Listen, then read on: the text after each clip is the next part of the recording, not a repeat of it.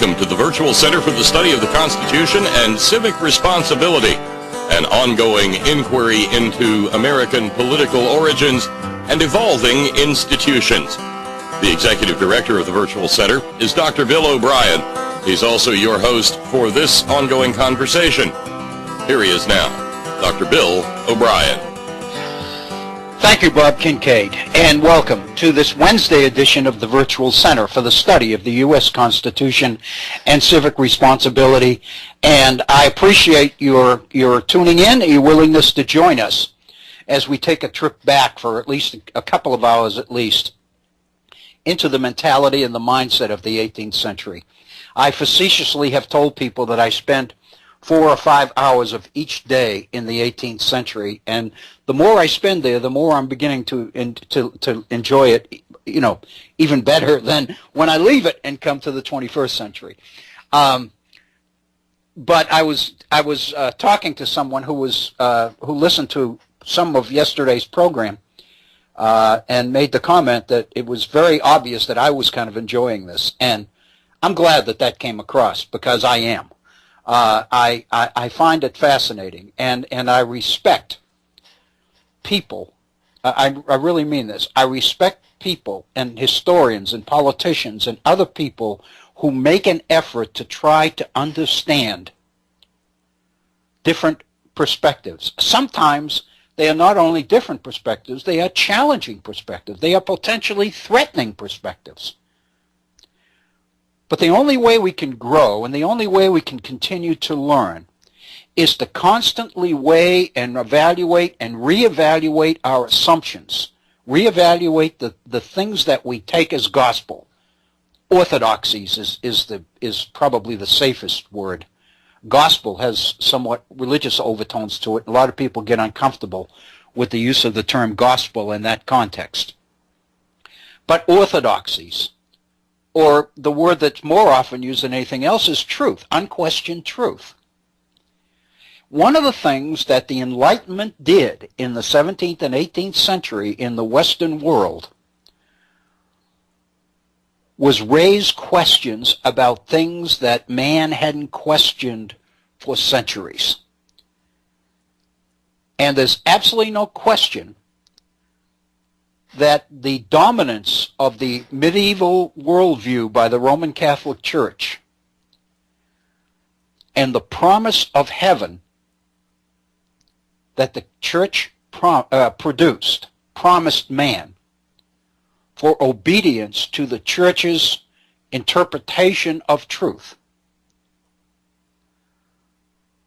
basically dictated the way man thought and what man believed for centuries. And history tells us, and we all know this, that when this orthodox worldview was challenged, the powers that be within the Catholic Church responded violently, extremely aggressively. And of course, we're very familiar with the trial of Galileo, when Galileo was forced to recant scientific findings that he knew were true. He had basically conducted observations of the universe which called into question the existing truth, the existing worldview. And when he introduced these, he was attacked. Because to accept even the possibility that accepted truth could be questioned, legitimately questioned, was potentially to shake the foundation of everything else that the Church preached as truth. In other words, once there's a kink in the armor, once there's a loose brick in the foundation of that structure, then what's to keep the entire structure from crumbling? We know historically that the Catholic Church never crumbled. It basically got its act together and responded to the challenges of the Reformation, to the challenges of Martin Luther and others, with what historians refer to as the counter-revolution, where leaders of the church and thinkers in the church were able to find ways to accommodate some of the latest scientific findings and continued to preserve the essence of Catholic doctrine and Catholic faith. But the fact of the matter is, when you challenge orthodoxy, we must expect response and reaction, sometimes aggressive reaction, challenges, counterattacks, all of it. There's no question that Garry Wills, in his reevaluation and reinterpretation of Jefferson's Declaration of Independence, has been the object of such retaliation. And again, my goal in looking in such depth at Garry Wills has two purposes.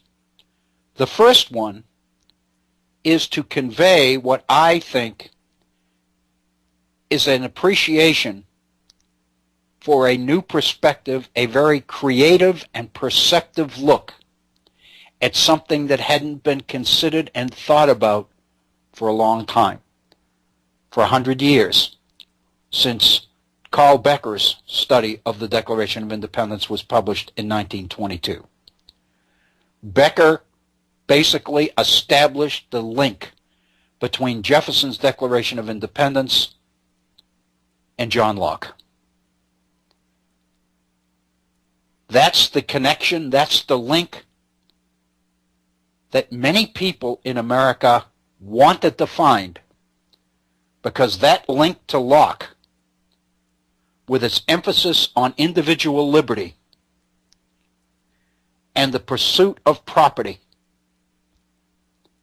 and the carefully defined role for government as the agency created for the purposes of protecting man's natural rights, and Locke included property in those natural rights, is a philosophy which fed and supported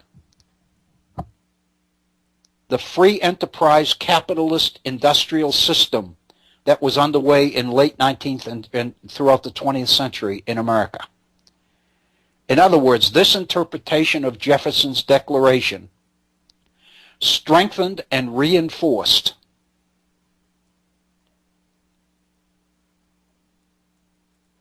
the priorities of free enterprise advocates in America. It's what people wanted to find. And once they found it, they preserved it in bronze, so to speak. Becker's interpretation became a form of orthodoxy. And now in 1978, we have a scholar named Garry Wills who sets out to challenge that orthodox view of Jefferson's Declaration of Independence. And the one thing that we know for sure that Garry Wills was able to do is to demonstrate beyond a doubt that the interpretation of Jefferson's Declaration as Lockean did not begin in 1776 with the Declaration of Independence.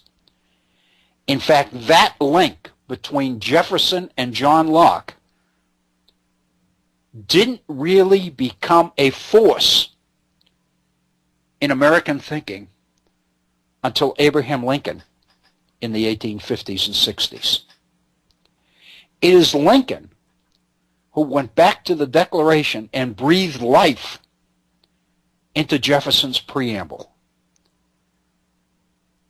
and shifted the emphasis of the Declaration from the specific charges against England which justified independence to the preamble. Up to that time, most of the emphasis in Jefferson's Declaration had been on the political case that he made against Great Britain for independence. There's no question that that was Jefferson's emphasis. There's no question that that was Congress's emphasis. There's no question that those who challenged the legitimacy of Jefferson's Declaration did not challenge his preamble. They challenged the list of grievances against England. John Lynn's attack on Jefferson's Declaration, which is written at the time that the Declaration was published, 1776, spent very little time on Jefferson's preamble, and the vast majority of its attention on the grievances. Lincoln, 100 years later, shifts that emphasis. And that shift to the idea that the Declaration has spiritual overtones is in part America's creed, if you will, is the view of the Declaration that has been most popular ever since. It's in all of our textbooks. Our students, our youngsters are not asked to read the grievances against Great Britain, but they are asked to read, in many cases, memorize Jefferson's preamble, because that is considered to be the essence of the Declaration. Lincoln made it the essence of the Declaration. Jefferson did not. And Garry Wills points that case out and makes that case. So, in effect, the efforts to take what Lincoln did for the Declaration and assign it directly to Jefferson when he wrote the Declaration is a little bit of, that's playing fast and loose with history. We've done it. Conservatives throughout our history have done it. They believe that, they want to believe that Jefferson meant to defend the system we have in this country when he wrote the Declaration. It is seriously questioned by Garry Wills that Jefferson was going there. And instead, what I have tried to do here at the Virtual Center over the last couple of days, and I want to continue today to do this, is to get into Jefferson's head a little bit and try to see the world the way he saw it.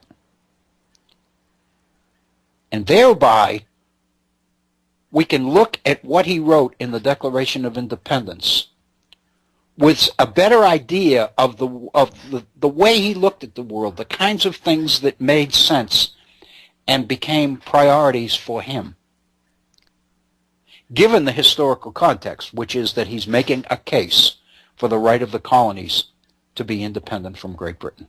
So what we were into in our second hour yesterday is into the so-called worldview of the 18th century Enlightenment, the impact of the scientific findings which gave rise to the so-called Enlightenment of the 17th and 18th century. So that's kind of where we were. We were looking at the impact of Isaac Newton and Newton's discovery of the laws of the universe and the impact they had on the worldview of the 18th century. I think it's a fascinating trip. Obviously, it's abstract. Obviously, it's difficult to nail down some of these things.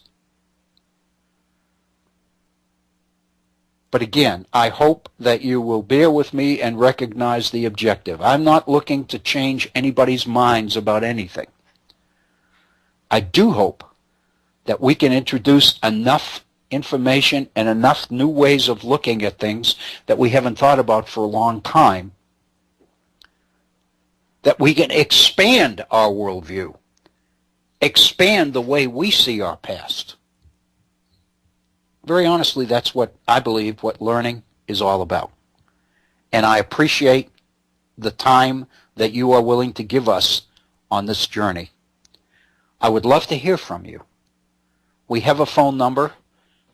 I encourage you to feel comfortable giving us a call and sharing your ideas and your thoughts with other people. Our phone number is area code 304-574-8178. That's 304-574-8178. My email address, if you'd like to communicate directly with me on these issues, I would love to hear from you. My email address is waobrien906@gmail.com. waobrien906@gmail.com. At the conclusion of yesterday's program, over the last 15 to 20 minutes, if you will, we were looking at the world as 17th and 18th century thinking individuals looked at it. Let me go back to the use of the word thinking, because there's one point that I want to make that I neglected to make yesterday, and I think it's very important. It's something that all of us will understand and accept, I think, but it's important to recognize it. When we talk about the 18th century worldview, we're talking about people who took the time to develop one. We're talking about people who took the time to read and think and try to understand, and perhaps to conduct experiments, and to perhaps think about such things. A piece of historical information that I think is very important to consider and keep in mind, always in the background, but always there and always important. The Enlightenment, by definition, is an upper class phenomenon. It basically refers to those people, whether they be economists, philosophers, political scientists, historians, theologians, natural scientists, mathematicians, whatever. Those whose education went well beyond the basics. Those that we would consider to be well educated. The Enlightenment was a phenomenon that was part of their world, not the world of the average makeup of humanity. However, it's important to remember that these are the people in their respective nations who packed the punch, who packed the political clout, who made the money, who had the influence to bring about the kinds of changes which would promote this worldview eventually to the masses. In other words, as long as the worldview remains unchallenged and is continually accepted and supported and reinforced,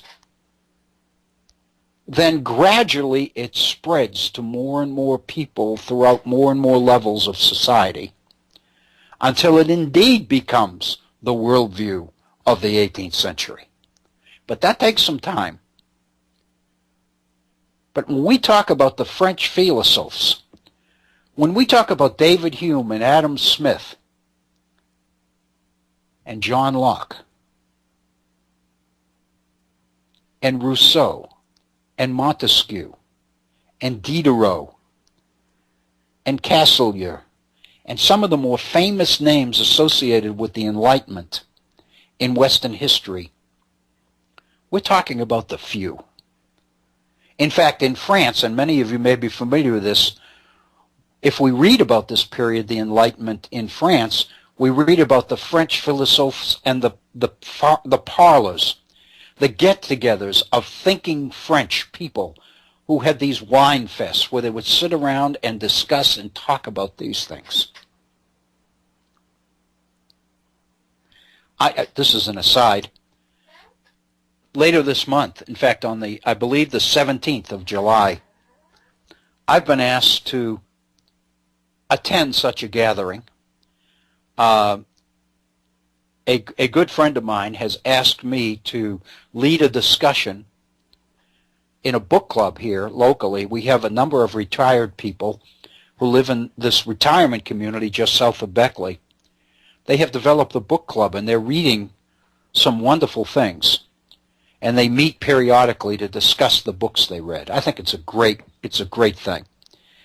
Well, anyway, based on a presentation that I gave at Rotary some time ago, the book that they are reading now is Mark Levin's Liberty Amendments. And they have invited me to lead the discussion on the 17th of July. I'm approaching it kind of like moving into a French parlor in the 18th century Enlightenment and discussing some of the ideas associated with amending the Constitution and what the Constitution was about, and Madison and the Founders and the Federalist Papers and all the rest of it. I'm really looking forward to it.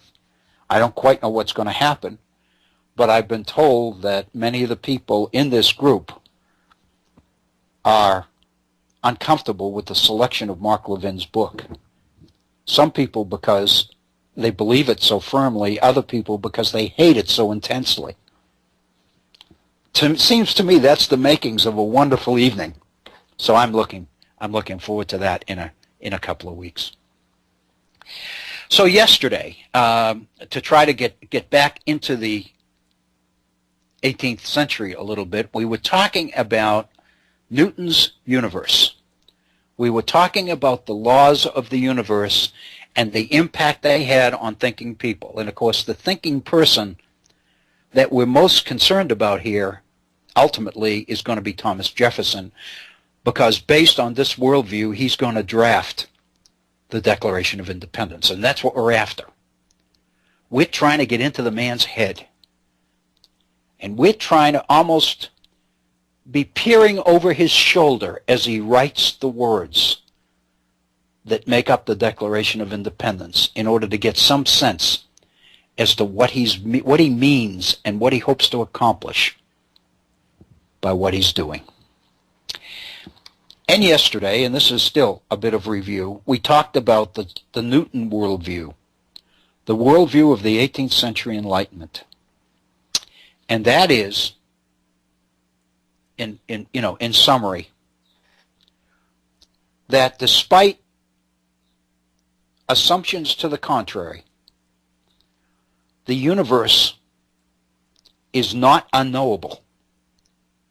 What Isaac Newton did with his discoveries of laws governing the universe was to establish the fact that there was order, there was system.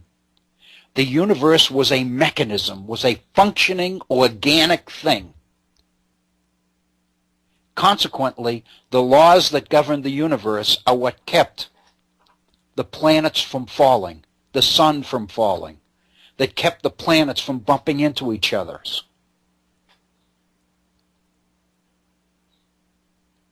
Not only did Newton discover many of these so-called natural laws,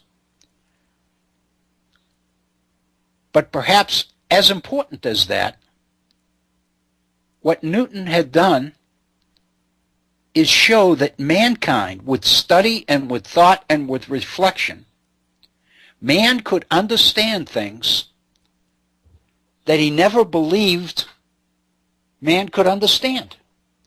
In fact, in the medieval period, the general assumption was the only one that can understand this is God,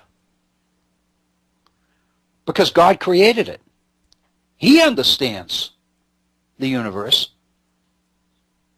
but man's mind is so insufficient, so incapable of even approaching the mind of the Almighty, that man's only hope is to turn to the Word of God for guidance as to what's true and what's not true.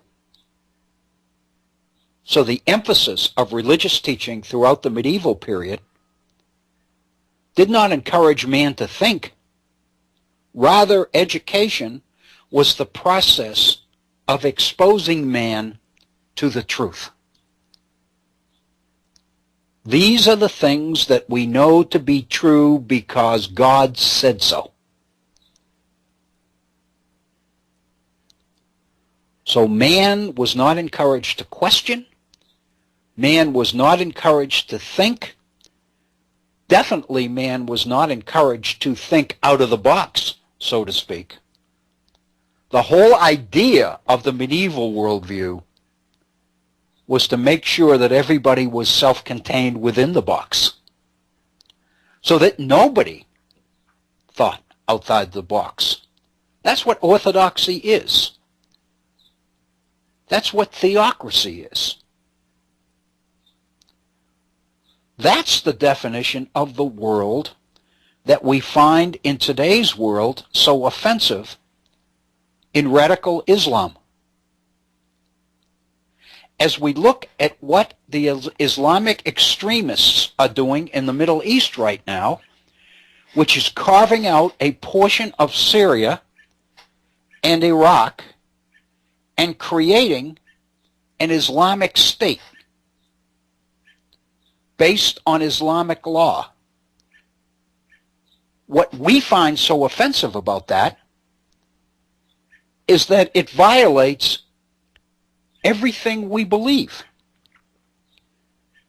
It violates man's respect, our respect for man's ability to think, to question, to create, to discover. It makes a mockery of a phenomenon that we respect so avidly in America,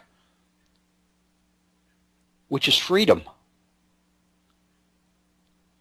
What could freedom mean in a world where somebody else tells you exactly what truth is and what everything you must believe is about?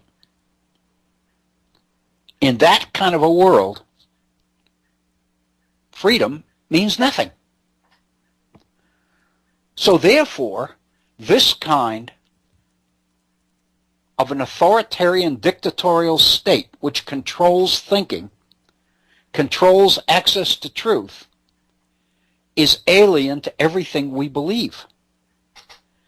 In medieval Europe, it was the Christian worldview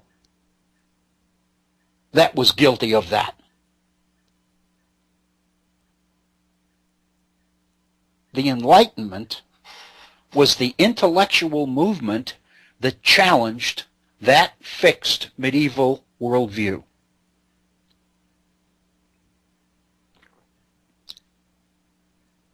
Luther came up with the religious arguments against the church, which was principally responsible for that worldview.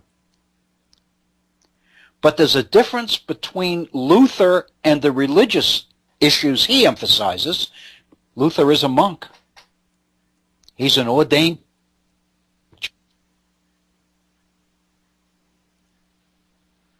But the Enlightenment is the philosophical aspect of that worldview. And what Newton has done is raise serious questions about the orthodoxy that existed in the medieval period. The universe is not random. The universe is unknowable. The universe is not unknowable. Man can know and understand and appreciate. Man can predict what's going to happen in the future once he understands the way the system works. So the more one knows, the more one can understand. And to many, to some, not many, to some, the more one understands, the more man begins to believe he's godlike. In other words, the fear of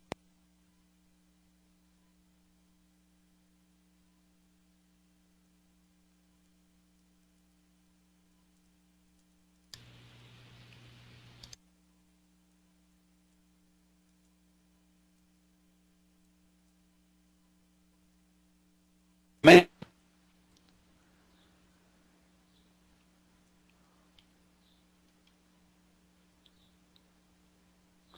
Pause for a minute because I think there's been an internet issue here. And I'm just checking. Okay. Bob said go, so apparently we're still on.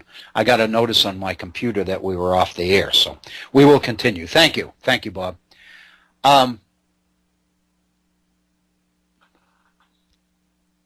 This is the worldview.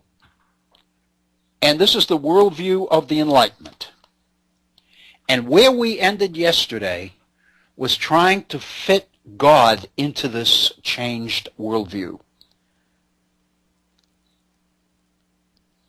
These people of the Enlightenment were not atheists.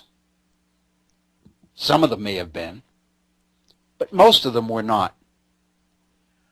But the problem was that in rethinking their view of the world, they really had to rethink the way they looked at God as well. Because what they were beginning to realize is that if man can understand the universe that God created, then man can really understand God, at least a portion of what God is about. So out of this comes a distinctly Enlightenment approach to Christianity. The word that historians use for this is deism. D-E-I-S-M.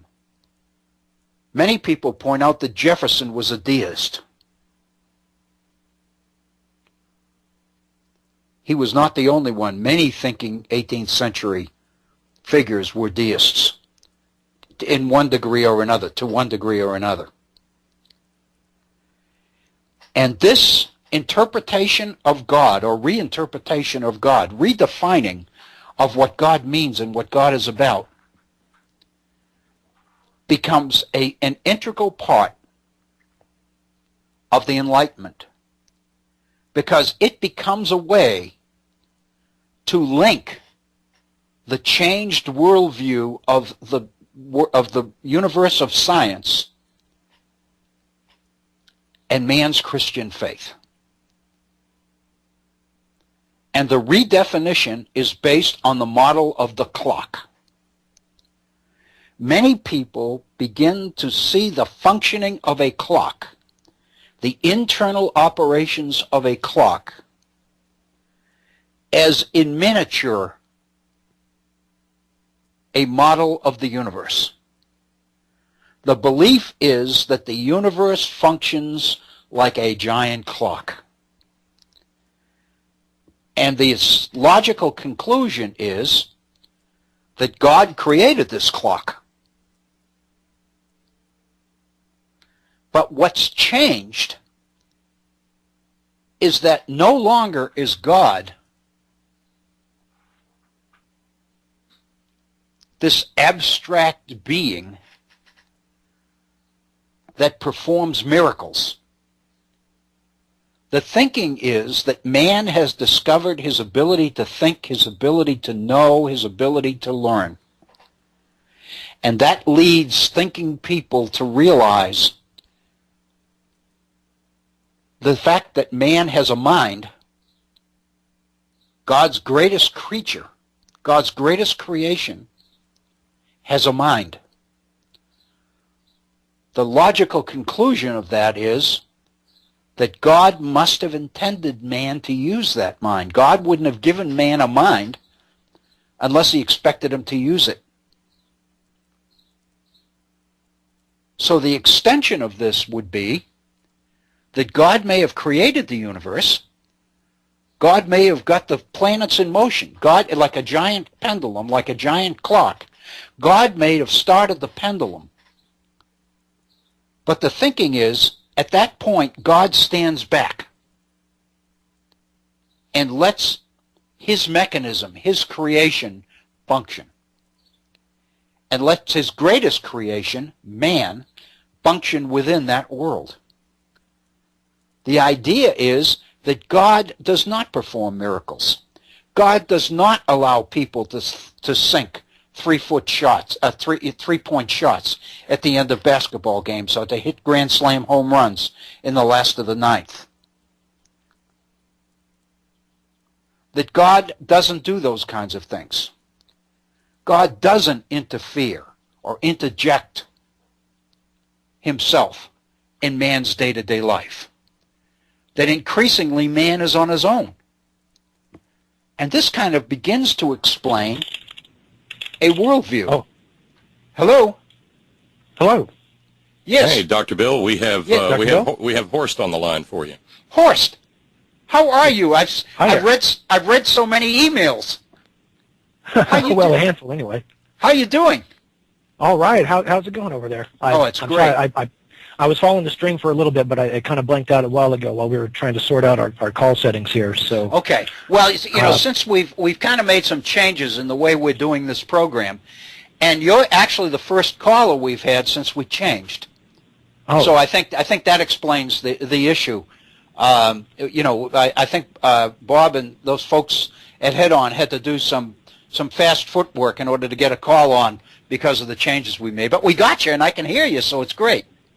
Yeah, well, I got kind of a rare window to be able to call in at a time that's somewhat convenient for me, so I'm trying to take advantage of it while I can. Oh, that's wonderful. I'm so glad to hear from you. Yeah, Dr. Bill Yeah. needs to know where you're calling from. Yeah, where are you Oh. calling from, Horst? I'm calling in from Taiwan. I'm your friend from there. Ah! Yes, Taiwan. Yeah. What time is it in Taiwan? Well, now we're getting up on, I think, probably close to 1:30 or something. I'm not really sure. In the morning? You started, yes. So, well, 1:30 yeah, in the just morning. after 1:30 here. Okay. So normally, Wow. or on your previous schedule, it would be, it used to start at 4 o'clock, which actually was doable for me, except at that time I'm busy with other stuff because I have a kid to get out the door in the morning and this Sure. and that. And, Sure. and now, normally this would be too late for me, but I've declared a holiday for myself for the next week or two. So, Oh, that's wonderful. That is wonderful. Right. Well, it's great to speak with you. Thank you so much for calling. yeah, well, I've been just chomping at the bit to get through to you one way or another, and the Oh, email that's great. thing is- I do what I can, but it's so hard, you know. Oh, it's wonderful. I love them so much. I appreciate them so much. Well, I'll try to do my best to stay on track here. Oh, I meant to I call. appreciate I meant to that. get through earlier, so I wouldn't, interrupt you in the middle of a Oh, stream of thought there. Don't ever worry about that. In fact, yesterday I had mentioned at the beginning of yesterday's program that a good friend of mine here in West Virginia passed away in the middle of the night yesterday. And Bob Kincaid was even concerned about whether I might do the program or not. And I told him not to worry about it because once I get into this stuff, I can handle it. I'm kind of in my own world a little bit. So, and I thought that the material itself would kind of overcome this, and I'd be fine. And it turned out that way. So, but I appreciate it. It's wonderful to hear from you. Well, that's terrific. I think I've got an issue here that's near and dear to your heart. It's a little off topic because I was actually responding to something I heard over the podcast that you said a week or two back. That's fine. If that's okay with you. Oh, But it it's all sure that is. Yeah, okay. Well, what it got me going, I think you were talking about your colleague at the, or your associate there at the Rotary Club who had come back from China and was speaking about the importance of context and language, and you had taken that and you'd gone on to make a remark that I've heard you made before in passing, just from your experience as a teacher. You said you noticed that about non-traditional students returning to either complete their college educations or sometimes start from the beginning or go on to postgraduate work, but always from like a later age, right? Yes. And your observation was that they tend to, I mean, I'm sure there are exceptions, but Sure. on the whole, do much better than your average 18, 19-year-old or whoever you get in your classes typically. And part of that, as if I understand you correctly, was the heightened, I guess, ability to deal with more nuances and subtleties in the context of language. Exactly. You're like exactly the ability right. to understand, on levels that the younger students just aren't prepared. No, they really don't have anything to hang the new information on or find ways to connect it. Whereas non-traditionals do. They have a context. They have experiences. They can take what their new information that they're confronting and they can connect it to other things. Young kids can't do that. Right. Absolutely, and I wanted to add a couple of dimensions to that, maybe flesh out that picture a little bit more, just from my own personal experience. Go right ahead. Without getting into it too deeply, but I mean, one of the main things to me is a big difference between the older students and the ones just fresh out of high school is Well, I mean, there's several that are like competing for equal time. One is just a matter of priority. I mean, when someone gets their act together and comes back and usually is saving up money or finding ways to navigate like the scholarship or continuing education system to be able to come up with the time and the ability to commit to something like a college or a higher education, their level of participation is already off the scales compared to like a typical graduating high school student. That's right. Right. I agree. Who, in many cases, the ones who I would say probably a good half of them that find their way into the university system are there through no special effort of their own. I mean, like the bar for entrance is not that high if you come from a certain economic background, call it. That's right. Right. And so the sense of priorities are completely different. Yeah, I mean, there are many youngsters are raised to go to college. It's never the question of not going never even comes up in their lives. Right. Yeah. And that's how it was for me, for instance. Example. Yeah. I wasn't. I'm the first one in my family that went to college, and my dad fought me. I mean, he kept saying, "You're wasting your time." And I quit a job. I wasn't really a non-traditional student. I had been out of high school. I worked 3 years before I went to college, and I was working in a paper mill, and working shift work in a paper mill. And at that time, I was making. I mean, this would have been in the '60s, in the late '60s. I was making $5,300 a year, which was what my dad was making. And he kept saying, "Why would you go to school for 4 years to be a teacher to make no more than you're making now?" And I mean that was the argument. So yeah, I can relate to what you're saying. Well, interestingly, since you bring that up, I mean, part of what I was wanting to talk to you about today was the idea that I think we're kind of coming back to that worldview. I mean, amongst we're kind of like coming to one of those cultural, almost a regression points where people are starting to ask what the value of a college education is again. Like it's one of those things that seemed to be kind of sorted out by the time I was in my teens, say. Yeah. Just a given. You're going. If you can afford it, you have to, because there's really no choice about it. And, exactly. And you had that article from Thomas Friedman from way back, maybe in February or something, where he'd interviewed Laszlo Bock. Yes. And not to be putting the cart before the horse, this is something I meant to build up to, but since we're here, Sure. The thing that bothered me about that whole, I mean, I like the way that you took the meaning from that and distilled from it, the importance, the crucial nature of what a real, genuine, well-rounded education is, as opposed to specialized in like a look at just in the math and the sciences or something like this. For instance, yes. In this case, language study, learning how to compute and process in like in a foreign system of whatever, which can you can apply it to all sorts of things like computer coding and such. That's right. But what I went and dug up that article afterwards, and I looked at it and I got a very different interpretation from it. Sure. And what I got was this to me. The one thing that really stuck out at me at the time was when Laszlo Bock referred to continuing education, university education, as quote unquote an extended adolescence. I mean, that almost knocked me out of my chair. I mean, it caught my attention when you'd read the quote on your podcast, but when I actually went back and read the whole thing, I just couldn't believe it. To me, it was just dripping with contempt. What are you doing, wasting your time with this? You need to be out there making money for Google or for some other major company. Okay. What do you need? What do you need? Yeah. With Oh my higher God, education? that's wonderful. Yeah. Yeah. Right. I can see and that. I'll tell you something. I want you to watch out for something. Just keep an eye open for this. That phrase, extended adolescence, is creeping around. It's becoming a bit of a viral talking point.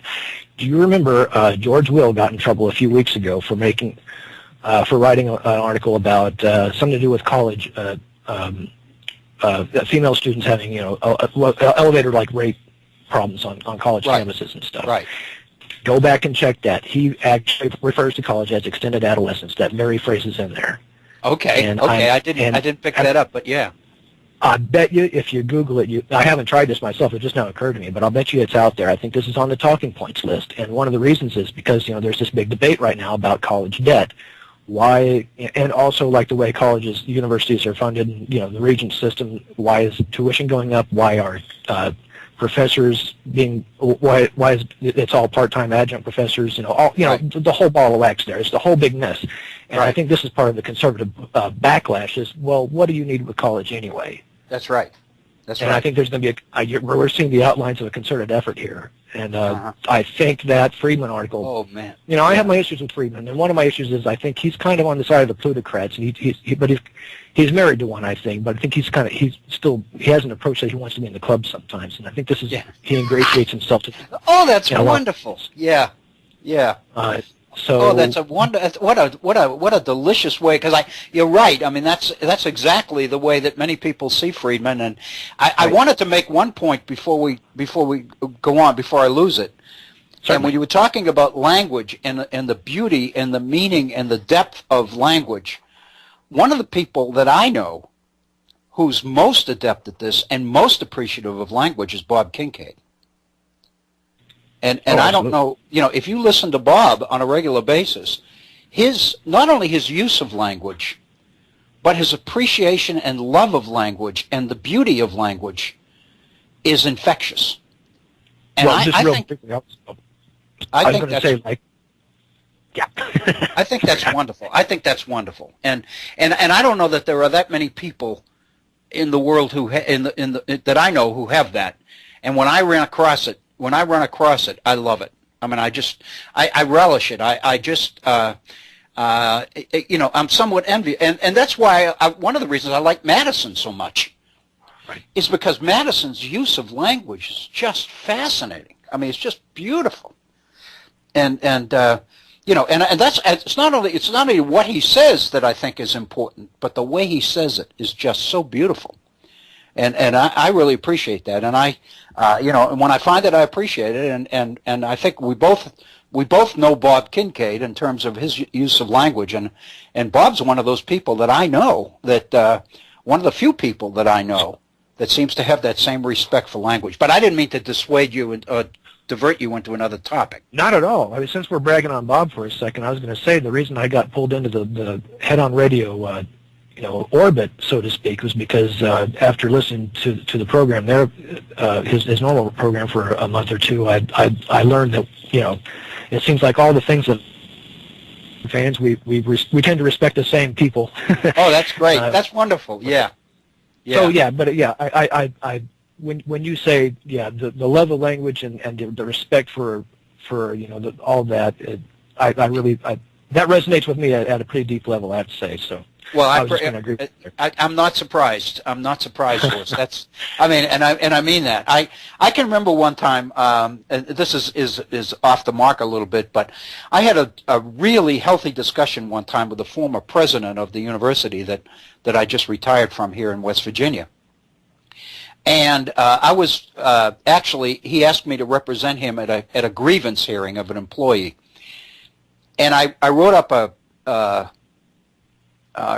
report representing him, and of course what I did was write the report and then give it to him, and it was up to him to either accept it or not accept it, and he chose not to accept it and asked me to change it, and we went around and around on this. But the reason, the issue, and I remember this very well, was on the issue of miscommunication, and his whole point was, this employee may have heard me say that, but that's not what I meant. And I was saying to him, it's not what you meant, it's what people hear you saying that is the communication. The way you determine communication is not by what is intended, but by what is received. And and he rejected that. He would not accept that. And I kept saying, it's up to you to be definitive in what you mean, and not to be vague. Because if you leave it open to interpretation as to what you mean, you're going to create chaos rather than communication, And that was the basis. That was the basis of our disagreement, and I will never forget that. It happened 15 years ago, and I still remember that discussion. But it's based on the same thing. And a lot of it is the precision with which we use language, and I appreciate it, and I know you do as well, and I appreciate you for that. Absolutely. That's why I don't write more often than I do, because the last round of emails I exchanged with you, I actually tried to get them out in a little bit quicker than usual, and I just ended up, like, to my mind, making a butchery of it. It didn't really come out. I kept saying things I didn't mean to say or didn't get, I just, have you ever seen like one of those artistic depictions of a tree, and it's cut in a way from a certain angle that it looks like a brain, and the trunk is like the big, brain stem, spinal cord kind of thing going to the ground? Uh-huh. You know what I'm talking about? Yeah. That's like my brain. Only my tree has monkeys in it, and they hop up and down and hoot all day long. Yeah, and every time I sit down and try to write an email, I can't get anything done. It takes me like an hour to get 2 paragraphs out. So I know what you mean. Yeah, and a lot of it is because we demand perfection from ourselves, and what we write is never perfect. So therefore, it's never good enough to send. Right. That's why I'm afraid of Twitter, because it's too easy to send your thoughts out before you get a chance to refine them. Email's bad, but Twitter's worse. How many people have landed in serious trouble because of what they say on Twitter. Yeah, exactly. We're really learning how to, I guess, scrutinize ourselves at a higher level than we ever had to previously. And there's a lot of good can come from that. But not to get too far afield, though. No, one of the questions, the question you raise about extended adolescence. Yes. I'm wondering if we both agree, seeing that the same way, because to me, when somebody says that college is extended adolescence, they're talking about an approach to college education that I don't believe is real education. I think if we were practicing real education at the college level, people wouldn't be able to say that. But the problem is that what we've been doing in college has been almost an extended adolescence in terms of a continuation of high school. But I think that's our problem. It's not a criticism of higher education. It's a criticism of what we've made it. Well, and also I think there's a natural evolution that just in terms of like how the whole information-driven world has changed the nature of education itself. I mean, it occurs to me like it's one thing to study a discipline like history or something where you have a certain amount of documents and it exists in the past, and it's based on a certain amount of things that don't change, but you add to the field as you discover more about it. But it's different than if you go to school and study something like a technology or a science or something. Like when I entered the university system, gosh, how long has it been? Over 20 years ago. I originally was an engineering student, and I got there because I was talked in. I was raised to be an engineering student, more or less. Sure. Uh-huh. And I never thought critically about it until my first year in there, and it occurred to me, it's like I've been doing nothing but cramming math and science for the last 5 years, and I can't stand anymore. I want to learn some, Yeah. I want to learn some other things. I want to learn some philosophy, some literature, some languages. For instance, and if you enter the university system on an engineering track, you're essentially in trade school because they cut out. They give you a specialized track where you don't have to take all the humanities and everyone else is complaining about. And I'm like, oh God, I wish I could do that. I had to take one year of just English 101, just like basic composition. Sure. And I had such a great teacher for the first one I did. That basically, after my first year, I actually switched tracks over to literature and then eventually to classics. But yeah, I mean, suppose I had gone through with that and then I'd earned my engineering degree and maybe done something else for a few years, or got into a track where suddenly I'm not keeping current on changes in the field. What they're teaching now in colleges has absolutely nothing to do with what they were teaching. I mean, except for the basic maths and sciences and thermodynamics and all that stuff. But I mean, but the level of technology has advanced so far in the last 20 years that if I'd come with my degree from 20 years ago and try to get a job today, it would be ridiculous. Right. Whereas my father was an engineer and he graduated in the late 60s. And he could have taken his degree and his knowledge, and he could have probably done pretty well with it in the job market that I graduated to in the mid '90s. I mean, I see what you're saying. Example. So you're really proof positive of this idea that technology is changing the way we think and the way faster than we can even keep up with.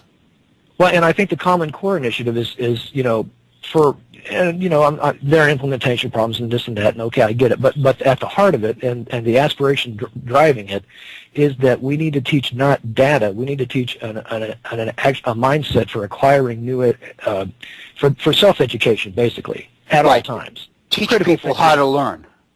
Looking for the cutting edge and putting yourself on it and watching out for it. Right. And for instance, I could go on and on about this, but me too. I love it. I love it.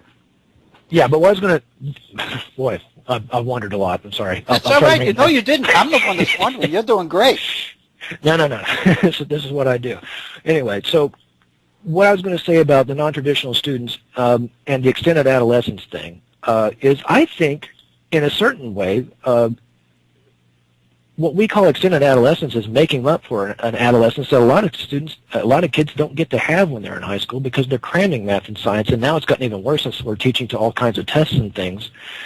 That there are a lot of things that you have to learn when you're growing up, and a lot of it is social. A lot of it is developmental basics that, unfortunately, and I think we're seeing a crisis of that too. You know, if we get to that far, I don't know. But what struck me is, you know, the thing about these older students coming back, okay, you're kind of getting the best of the best in that situation. You're getting self-motivated people who are genuinely interested in learning, and they also are reaching an age where they realize, I'm going to make or break point. If I don't do it now, it's never going to happen. And there's kind of an element of almost desperation to it.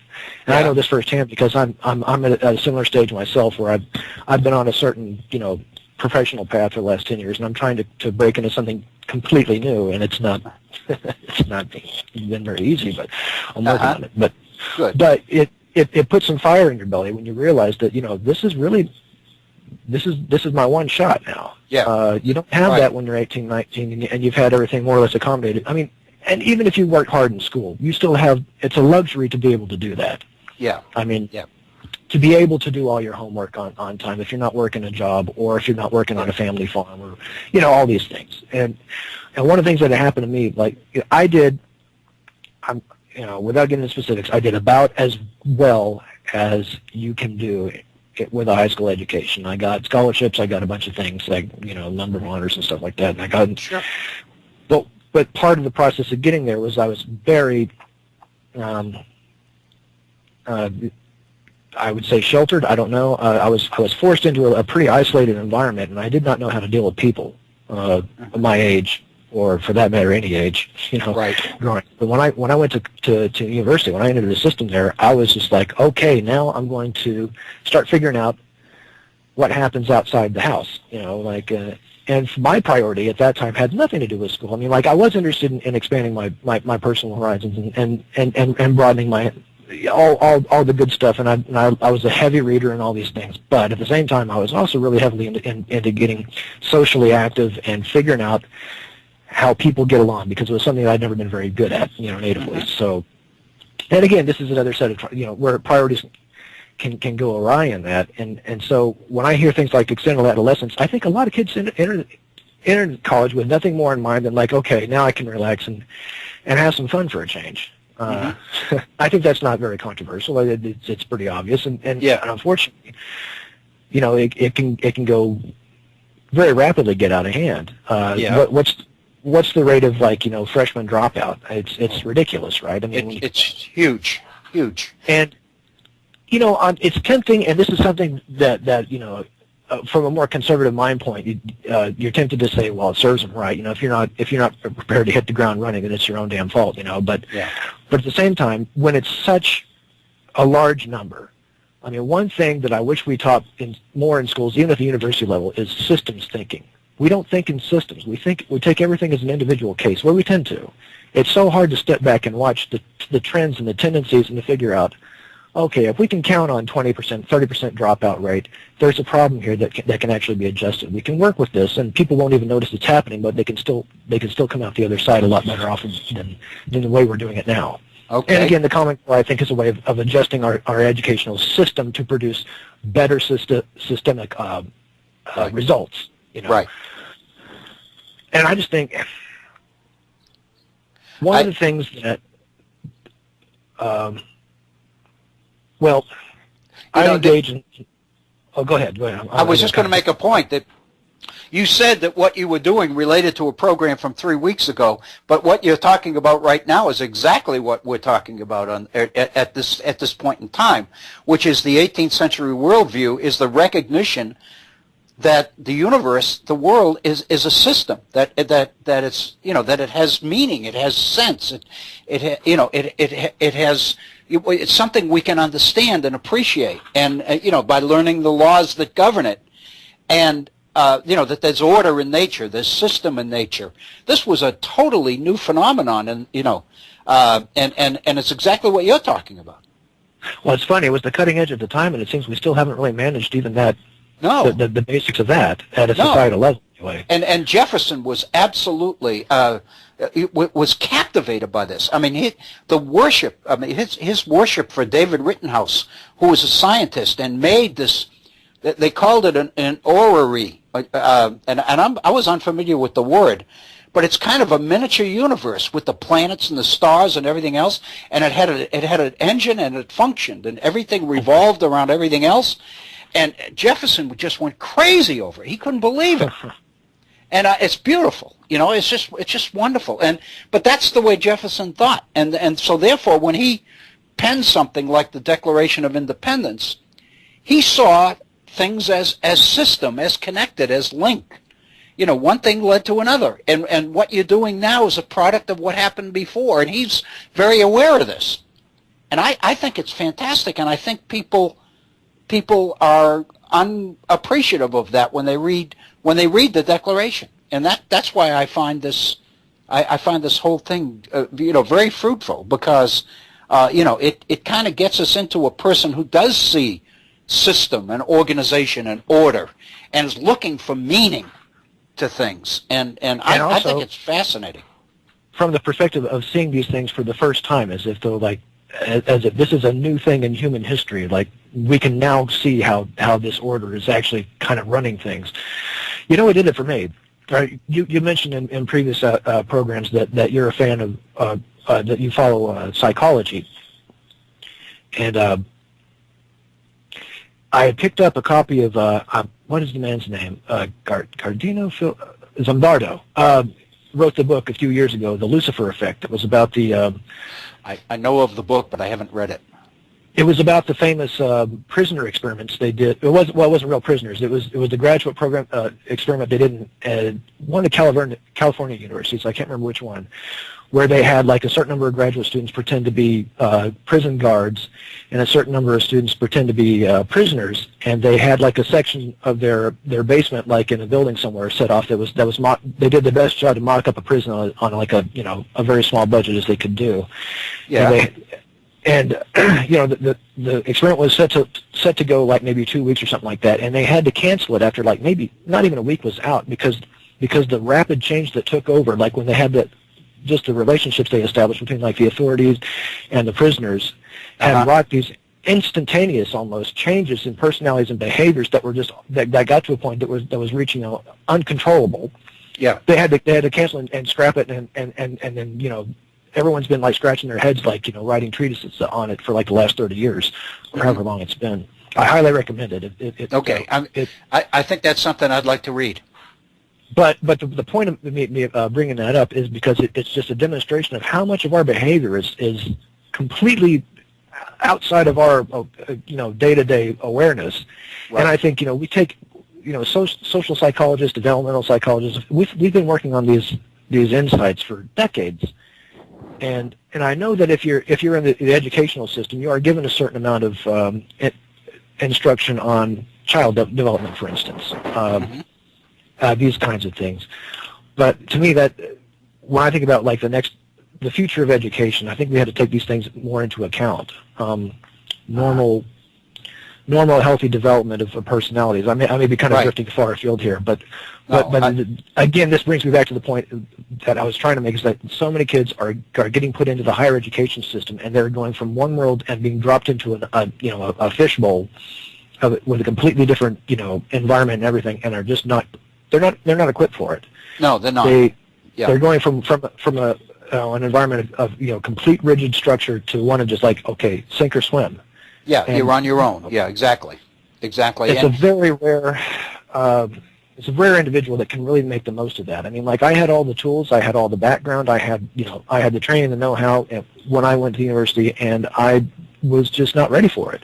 Yeah. I could have done anything else for 4 years or 5 years or 6 years, or, even, God forbid, gone and whatever, to kind of get myself sorted out in the real world before, like, getting the ability to really buckle down and pick something and go for it, And again, our educational outcomes, and I think this works in high school too. I mean, half the students there had absolutely nothing more in mind than getting the heck out of there and getting a job as fast as possible and getting on their own, and saying goodbye to it all.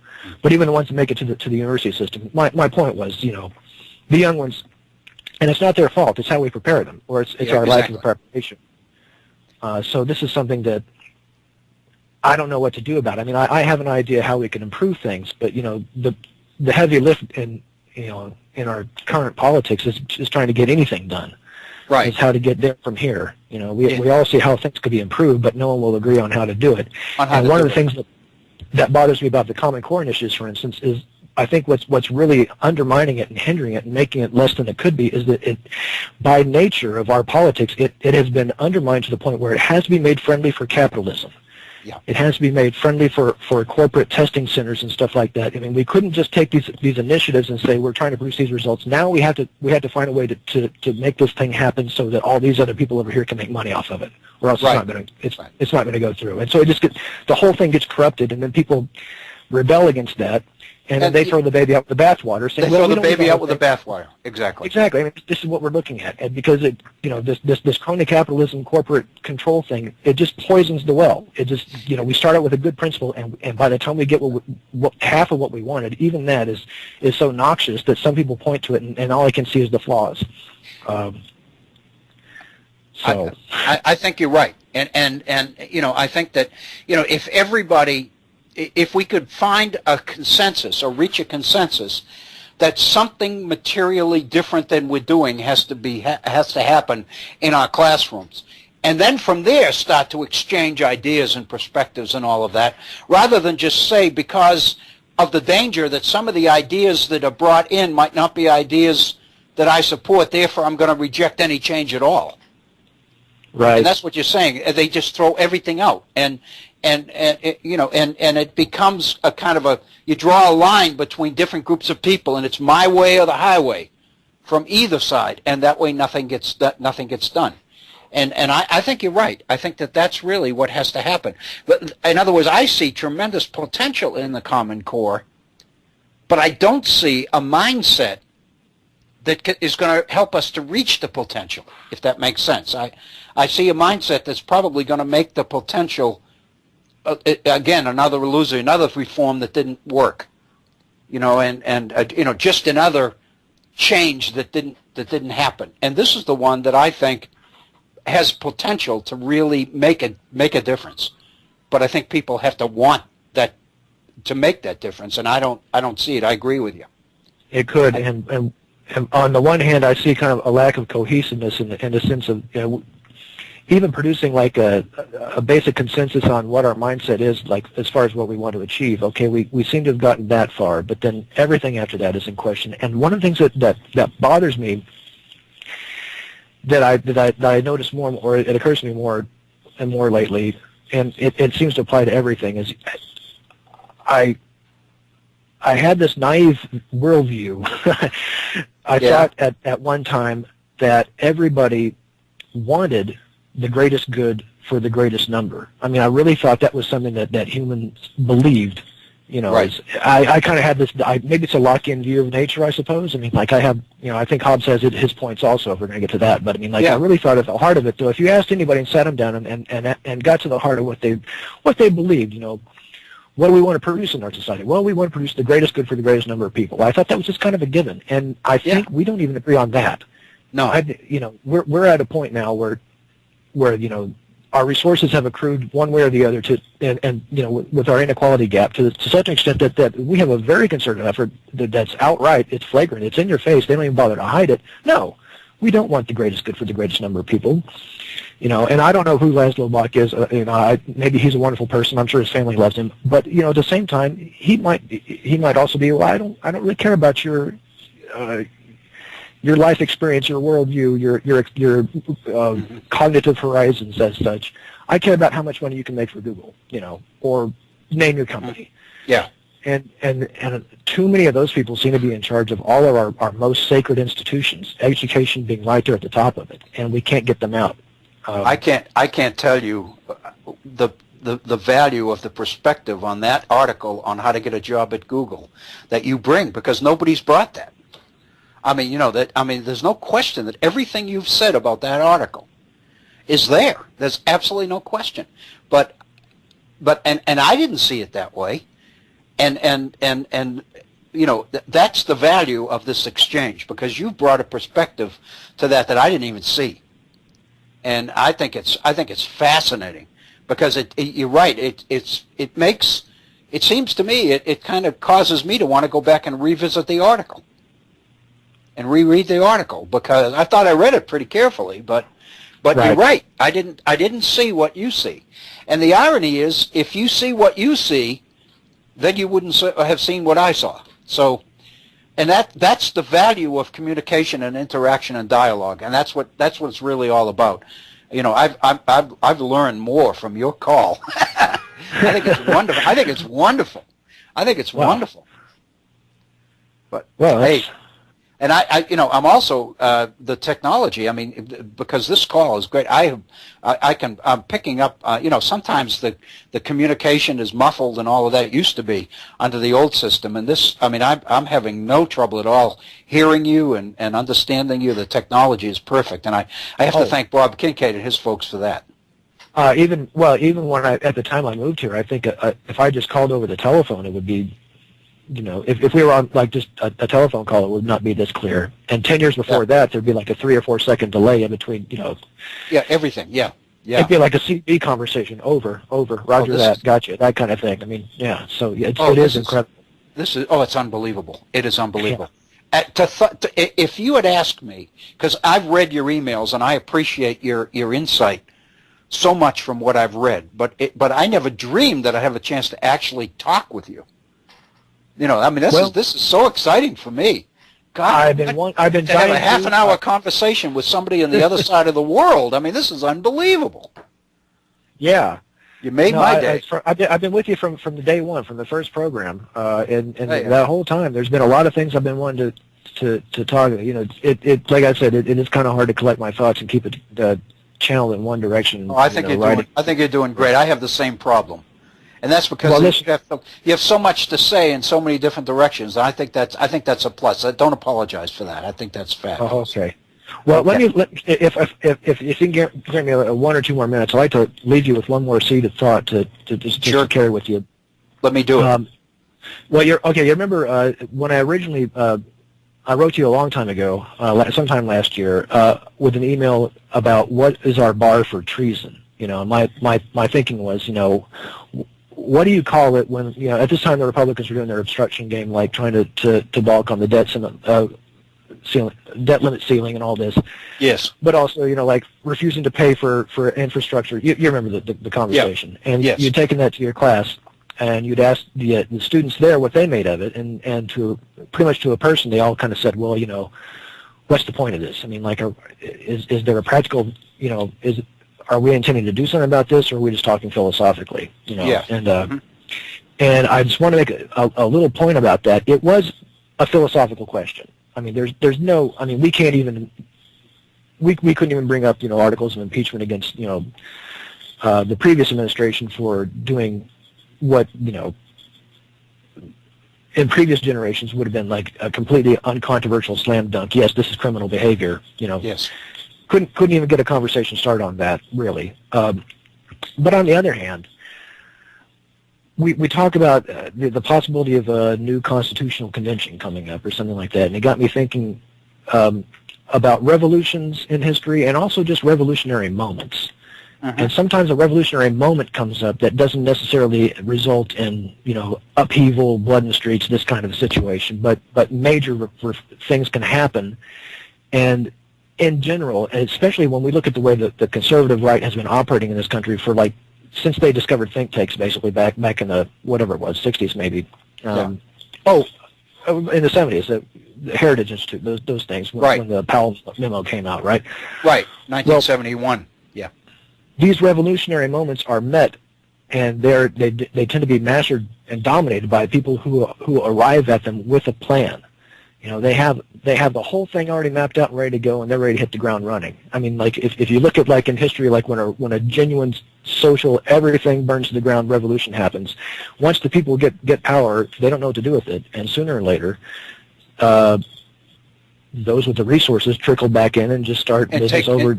And take the power over. Exactly. Right. It's you know, meet the old boss, same as the new, or the other way around. Meet the new boss, same as the old boss.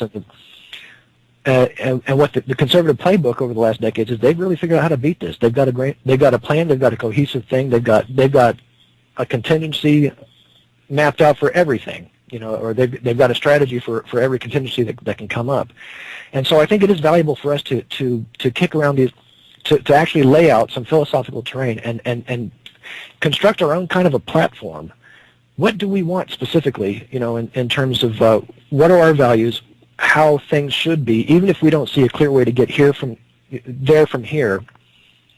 It's like part of what we ought to be doing with this conversation, I think, is fleshing out a clear as possible image of the way things ought to be.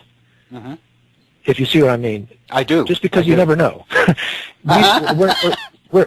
We're not walking around with Heritage and Cato money over here, but you know, that we can still plant a seed, and who knows, you know, where those roots can take hold and spring up, especially with the proliferation of information. I mean, again, we're having this conversation from about as far as it's possible to get on this globe.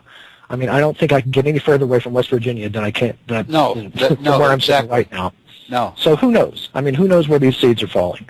I think that would be like a major portion of the Horn and the Virtual Center. What do you call it? A mission statement. You know, is to come up with and then enumerate some principles, some basics of all kinds of things. What do we stand for?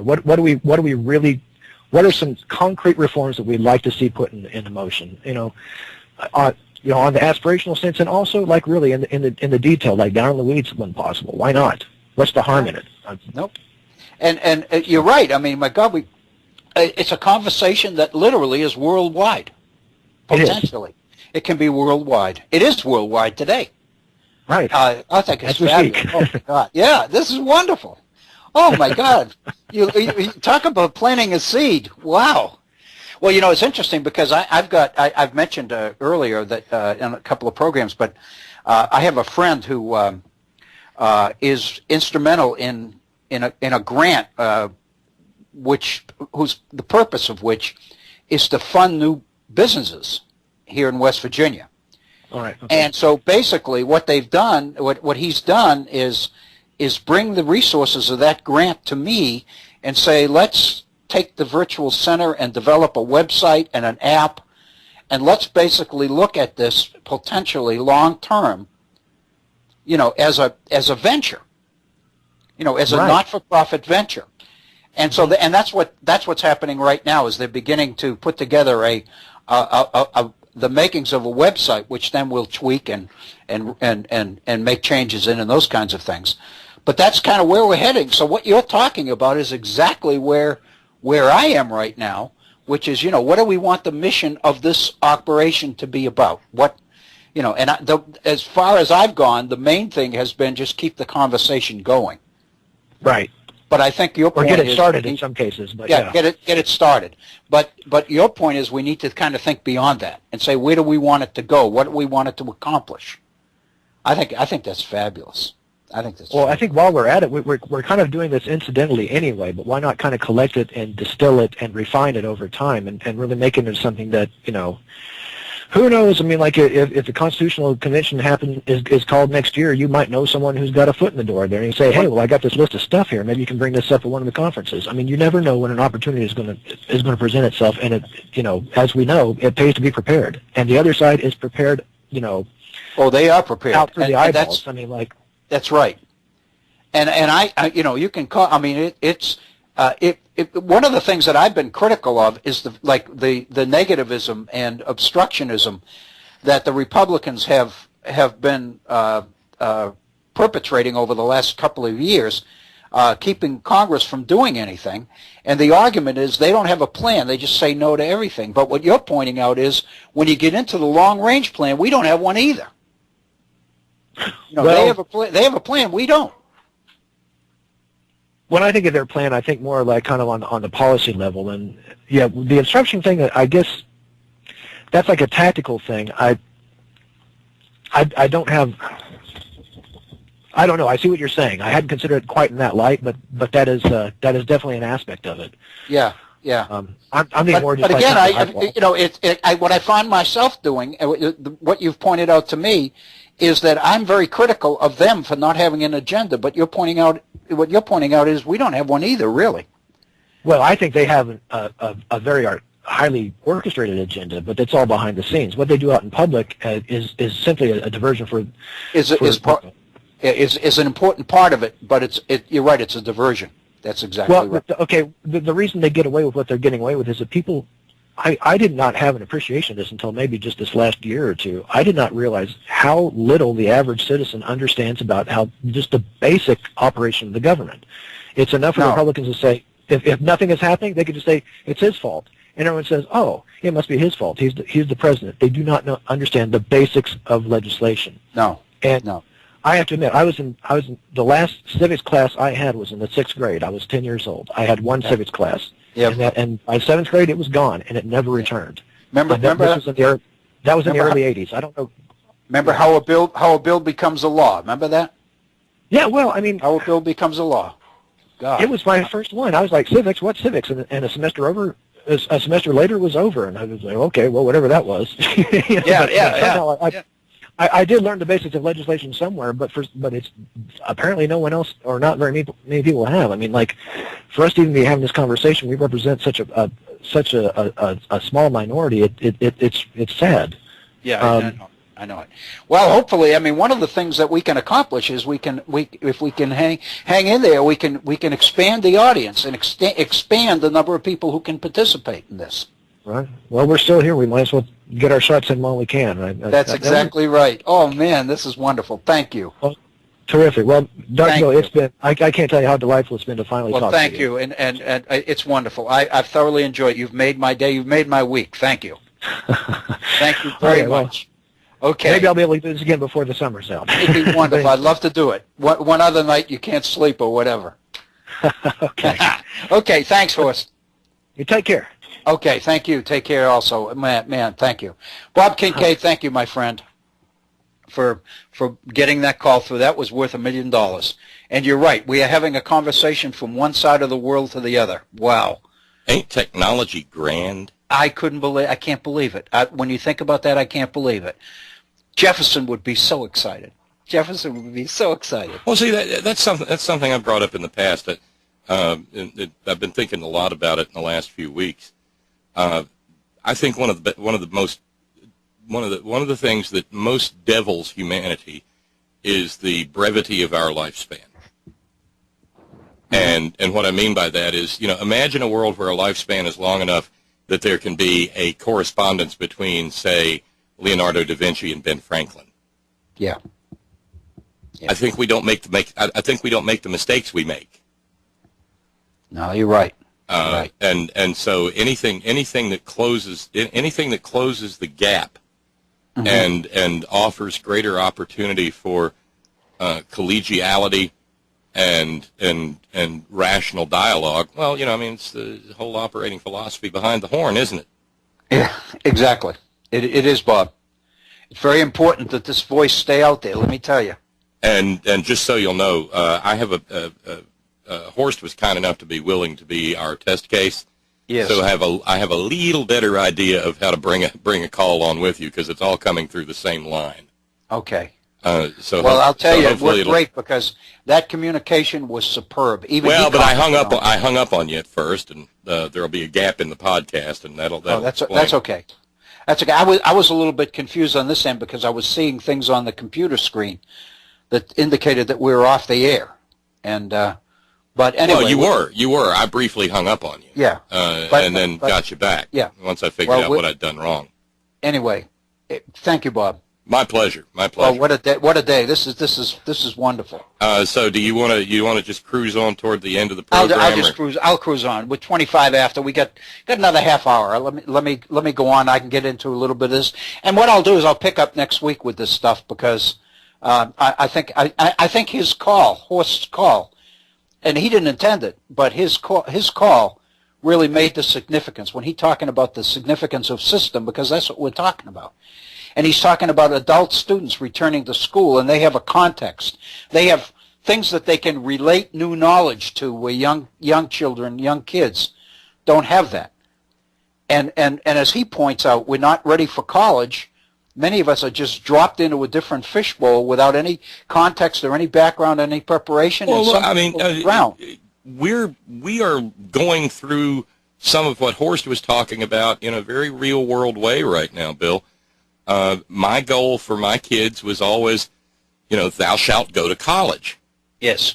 But, and this is not me crawling up on the cross, because I know we all need the wood, but I don't live, and my wife and I have not raised children in the world in which I was raised. This might as well be a different planet, Dr. Bill. Yeah. And so I was, from my first memories, it was assumed. It was taken as read. I'm going to college. There was never another alternative. It was the path that I was put on. Yeah. And it wasn't just my parents. The IQ testing that they gave a first grader back in the day, they then selectively tracked students, and we never knew it. No. It just always happened that the kids that made the best grades wound up in the best in a single class. That's right. That's right. So there was never any question. But now we got Ferg. You know Ferg as well as anybody does. He just went out and got his first job. And his job is as a laborer. And he's learning. He's at the front end of learning a trade. Yep. And you have, and if that door opens, you have to ask certain questions. We have a mutual dear friend who has taught me, and everybody knows Boss Man Wayne. He has taught me over the course of years the value of that. Yes. Compare the two. I mean, and it's not even a close call. And I'm sorry, I'm taking up the time you were. No, that's okay. It's not even a close call. A kid goes into a trade apprenticeship program, spends 5 years, gets paid the whole 5 years, pays into a pension plan the whole 5 years, has health care coverage the whole 5 years, comes out with a journeyman's card that nobody can ever take away from him or her, has no student debt, and has learned. So he was busy learning to weld pipe and plumb buildings or wire buildings or whatever. That doesn't mean he can never pick up a copy of Cicero. And so compare coming out of 5 years with a job that can, bring you almost instantly under the, if the circumstances continue and they don't kill unions outright, can bring you $50,000 a year. Now compare that with the kid coming out of college with a 4-year degree and $100,000 worth of debt, and the best hope is being a barista at Starbucks. You tell me which road you tell your kid to go down. That's right. You got to find out how to make a living out of Cicero. Wow. And that can be had. I love. I read once upon a time there was a wonderful investment book, just a thin little tome, called The Wealthy Barber, and it was predicated on investment strategies for people who considered themselves just to be working stiffs. Yeah. And I took that lesson and applied it across.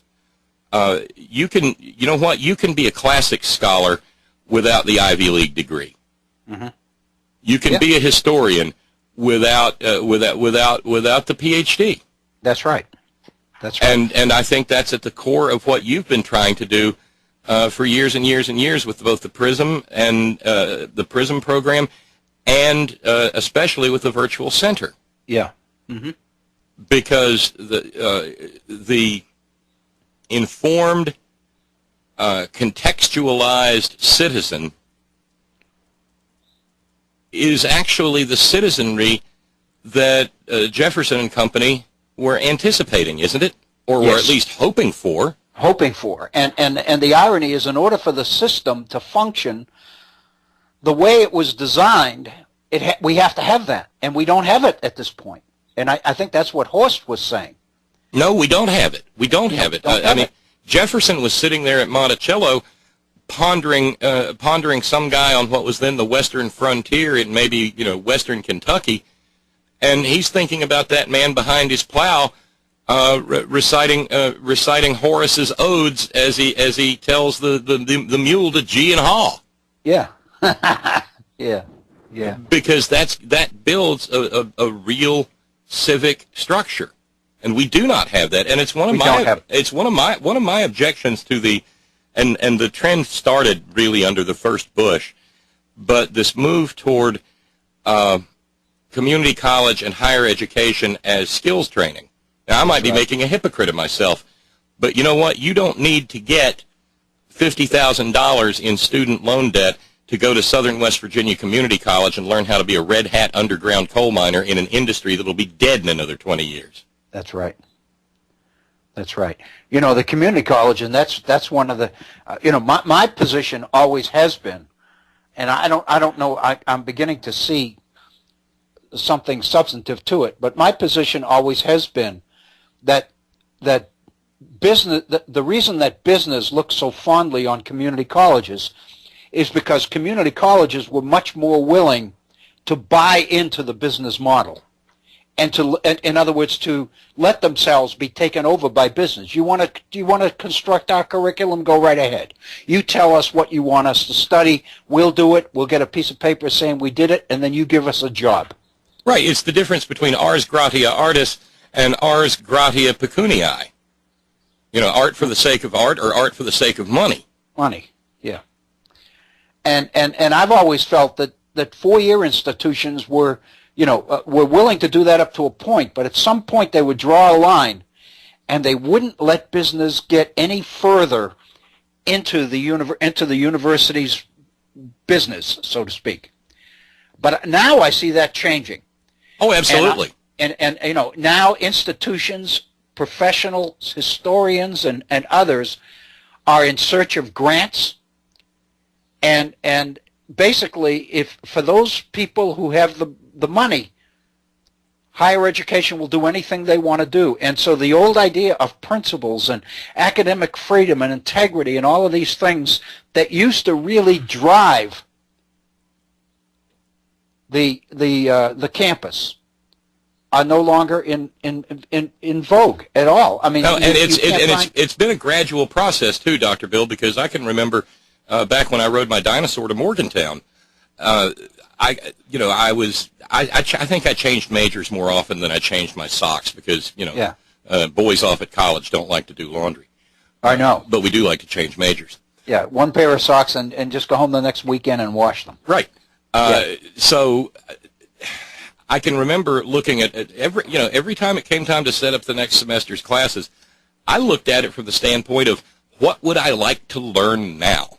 Yeah. Mm-hmm. Because I felt like I was in the candy store of Western civilization. Yeah, and see, that is so rare. Well, and it was not appreciated. I got more than one stern lecture from more than one advisor. What are you doing? Right. When I went to graduate school, I can remember when I'd go back home and visit and visit with friends and go out and drink a few beers and stuff, and they would ask me about graduate school, and I told them, I said I went to elementary school, I went to high school, I went to college, but I never really experienced an education like I'm getting now. And I said, we would sit there literally all night long drinking beer until the sun came up, talking about things that nobody else talked about, you know? Right. Yeah. And oh my God, it was fabulous. It was, for me, it was a whole new world. And you're right, I felt like I couldn't wait for the next day to get more of it. I mean, it was just unbelievable. Yeah, and sometimes you roll the dice and they come up snake eyes. I mean, I had magnificent professors, and I had a few who were just awful. Oh, yeah. And oddly enough, my grades reflected it. When I had good professors, I had great grades. If I had a bad professor, I was going to struggle for that Mercy D. That's right. But there's so many places where that applies. I have a friend who holds a graduate degree in chemical engineering, and he knows what a non-math person I am. Yeah.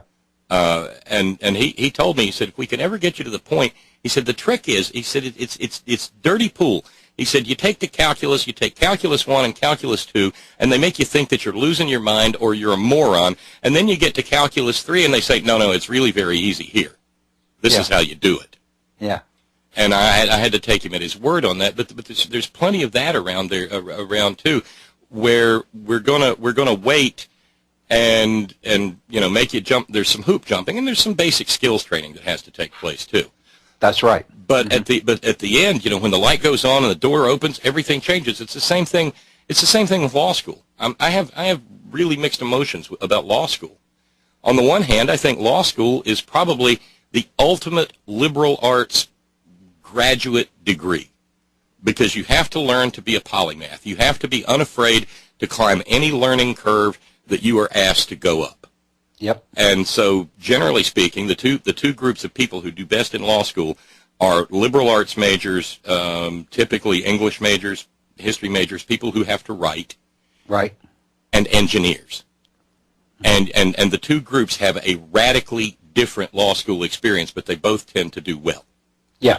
And so it's everything. It's everything. It's the absolute culmination of a liberal arts degree, but at the same time, it is so fraught and freighted with the atmosphere of what is basically America's secular priesthood, that it completely rewires your brain. Those conversations you had till sunup drinking beer, those happen in law school too, Dr. Bill. Yeah, I know. Only there is nothing worse than a first-year law student. Yeah. Because they are immediately trained to stop seeing people, and instead they see little walking bundles of rights and duties. A friend of mine who became an attorney told me that pretty much what you're saying one time, and he said, what I find about law school, he said, basically what they're doing is teaching you how to think like a lawyer. And he majored in philosophy at the University of Virginia, and he could think.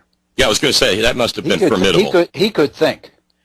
And he said, but what they do in law school is they teach you to think like a lawyer. And it's not the same thing. No, and he said, my problem was adjusting to that, because I oftentimes would think way beyond where I was supposed to think. I was going in places that law school kept saying, you don't need to go there, you don't want to go there. And allowing the way you think to be defined by the parameters of the particular case or the particular issue that you're focusing on was unbelievable. And I guess from his perspective, the difference between philosophy and law school was, in one, you're encouraged to think out of the box, and in the second one, you're encouraged to be satisfied within the box, or to cram things into the box. Yeah, absolutely. Yeah. It's a matter of seeing a situation that needs a remedy and trying to figure out which box to put it in, and then how big a shoehorn to use to get it there. Yeah. I mean, I've got a running gag that I use with people. I sat down. I was having dinner a few weeks ago in one of those communal situations, and a couple of people were sitting there, and one said, "I'm going to law school." And I said, "Well, it's not too late to to have a respectable career and be a piano player in a whorehouse." Because, well, There really is. There's a lot of rewiring of the brain that goes on. Yeah. And I mean, just one of the best examples is watching the coverage as it has come out over this Hobby Lobby decision. Mm-hmm. And the first thing you have to do, and I know you know this very well, first thing you have to do is actually read the opinions. That's right. That's right. And it's in a way, it's kind of like what you've said about, and what John Kaminsky has said about reading Madison. It is not easy. No. Because language is refined to, it's an attempt to refine and the imprecision of language to something resembling precision. And so there are phrases used in an ordinary legal opinion that mean things in plain English that they don't mean in the opinion, and vice versa. Uh-huh. So that, someone who is not accustomed to reading it can go through it and come away. Well, one of the things that's being put out there about the Hobby Lobby decisions, well, Samuel Alito said it was a narrow decision. Yeah. Well, it's anything but narrow. Uh-huh. And anybody, Dred Scott was a narrow decision about Dred Scott, now wasn't it? That's right. That's right. It was. Plessy versus Ferguson was a narrow decision about whether or not different skin shades could ride on the same railroad car. Railroad car, and that was it, exactly. How narrow did that stay? Yeah. Lochner was a case about bakers. Yep. Well, how many people died in the era following Lochner because the Supreme Court said that you couldn't have workplace safety regulations? That's right. Yeah, and the same thing is true with the Hobby Lobby decision. And you're right. I mean, when you get into the issue of personhood. By the way, I was going to mention to Horst, and I forgot to, but one of our listeners, Gene, sent me a link today to California has just become the second state calling for a constitutional convention to reverse Citizens United. It's only the second state. The first one was Vermont. Mm-hmm. And they were talking about how far they have to go. But we also know what a rabbit hole that is, Dr. Bill. Yeah, there's no such thing as a constitutional convention to reverse Citizens United. No. Because once the door opens and the bell rings, it's over. That's right. I still get the creeping horrors because I can see the Constitutional Convention being called at the Koch brothers Memorial Arena. Yeah.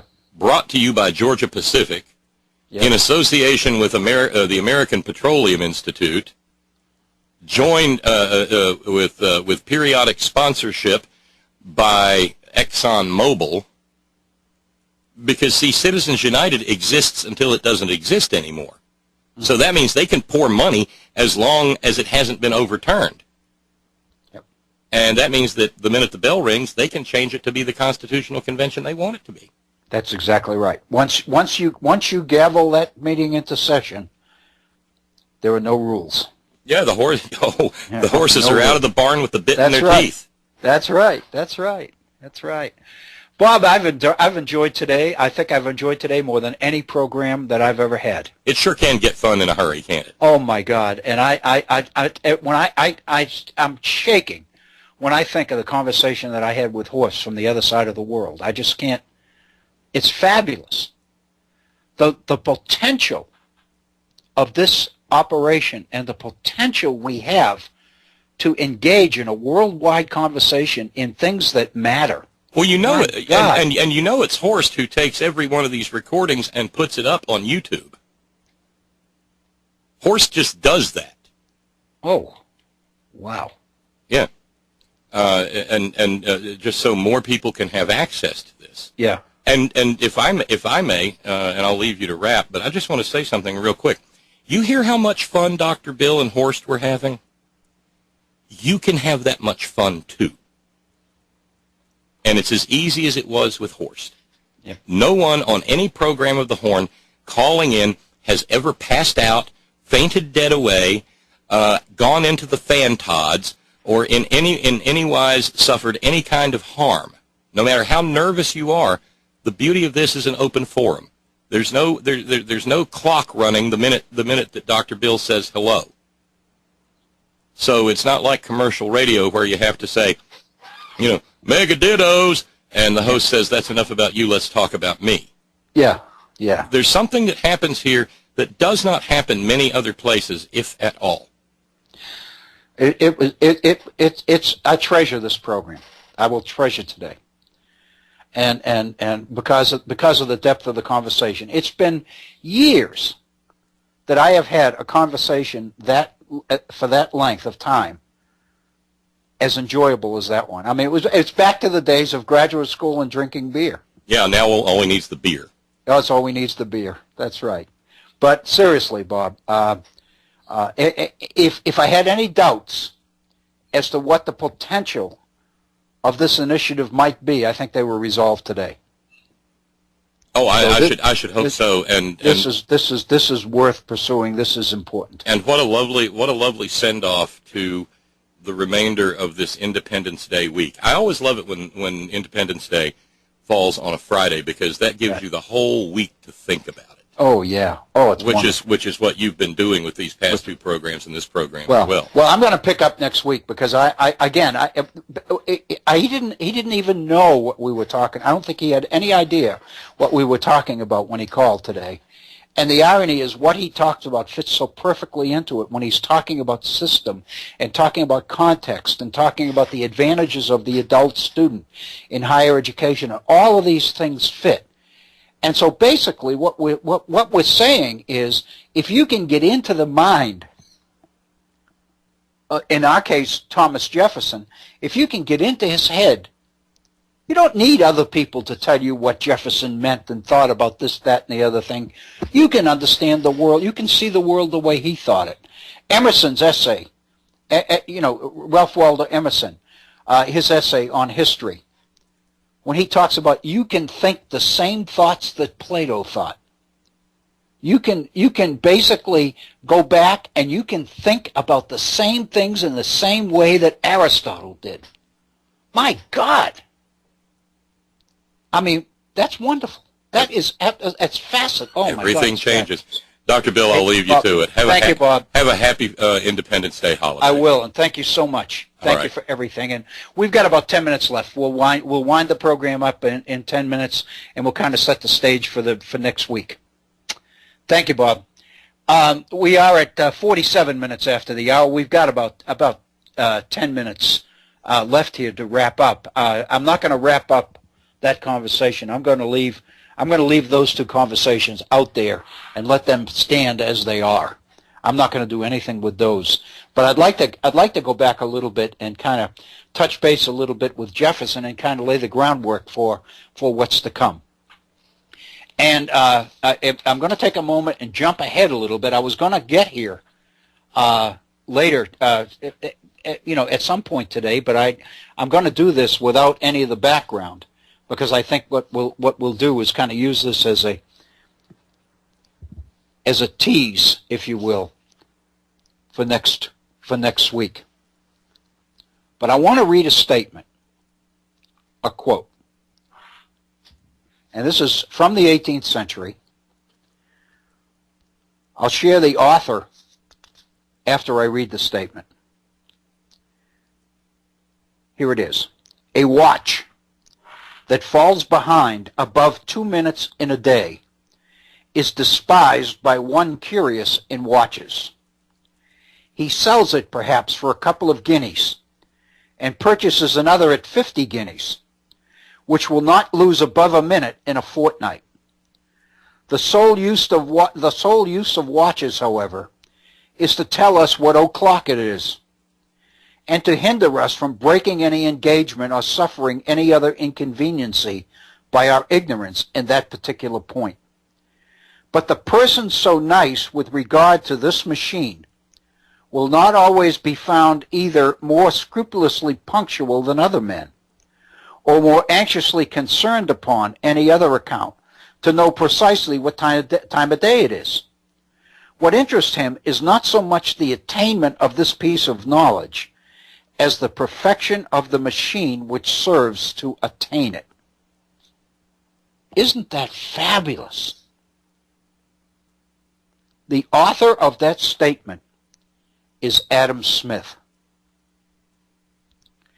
Adam Smith was part of the Scottish Enlightenment. Adam Smith, this is a quote from his essay on moral sentiments. Adam Smith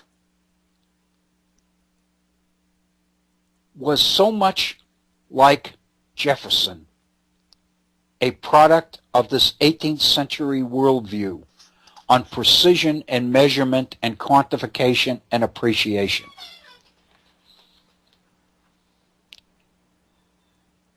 With only about 5 or 6 minutes to go in today's program, think for a moment about the Adam Smith that all of us know. Adam Smith is the author of Wealth of Nations. Wealth of Nations is the Bible for free enterprise. Adam Smith talked about the invisible hand that makes the laws of the market, supply and demand, function. Again, Adam Smith in the economic sphere is but an additional example of what can happen once you understand that there is system and order and that there are laws governing the universe. In Adam Smith's mind, there are laws governing the economy as well, and that's what his Wealth of Nations is all about. But his essay on moral sentiments is about the beauty of systems and the beauty of order and the extent to which order enables man to know and to understand. Take Adam Smith's worldview and combine it with his understanding and appreciation for the laws that govern the economy, and you end up with much more than the invisible hand and the laws of supply and demand as the basis and justification for capitalism.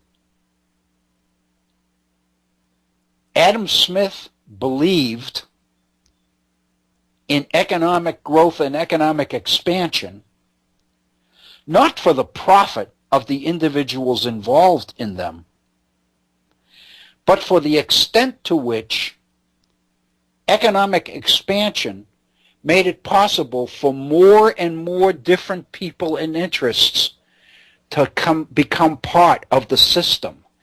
In other words, capitalism to Adam Smith was not the way that the Koch brothers get rich.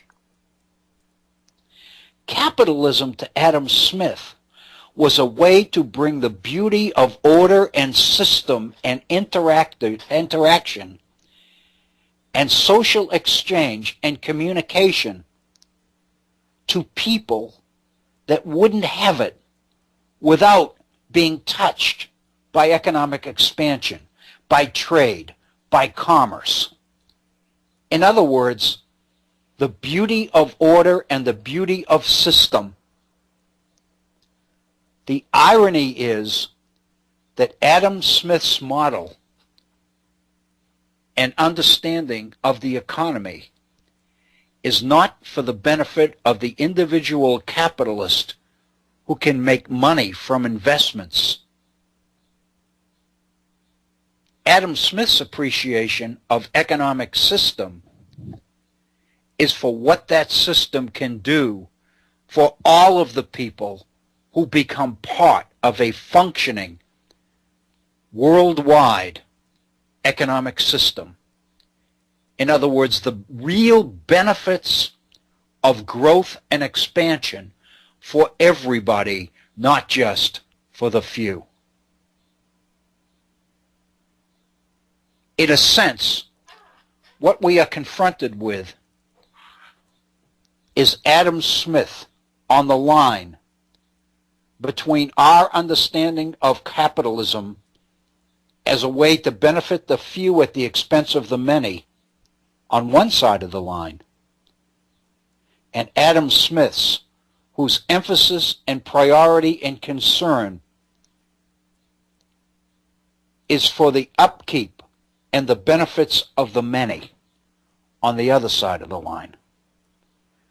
We have allowed certain people with an economic agenda to cherry pick Adam Smith and take from his wealth of nations what they want in order to reinforce the economic system that they want us to believe free enterprise capitalism is all about. In the process of doing that, and in the process of imposing that definition of Adam Smith upon all of us,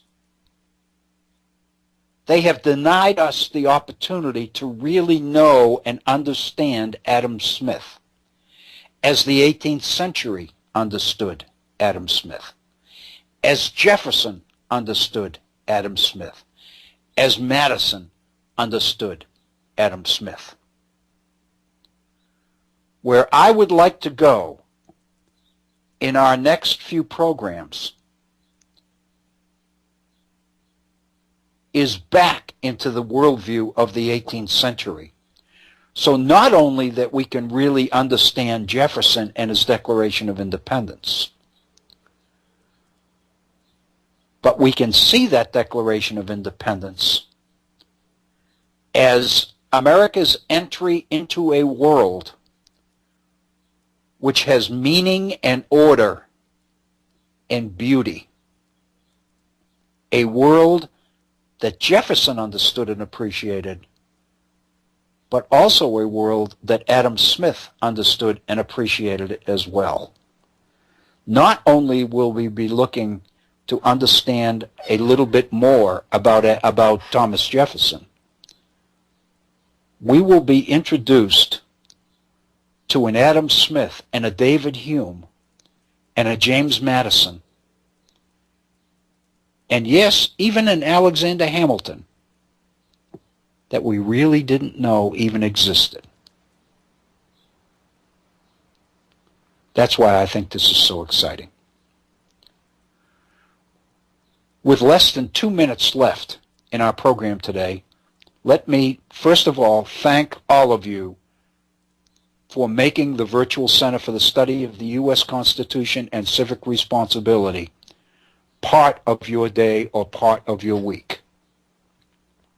I invite you to continue to do so. I want to thank you. I want to thank Horst for one of the most enlightening calls, and I want to reiterate Bob's comment after that. The purpose of this program, the purpose of the Head On Radio Network, is not to belittle and not to demean and not to criticize and not to impose a way of thinking on anybody.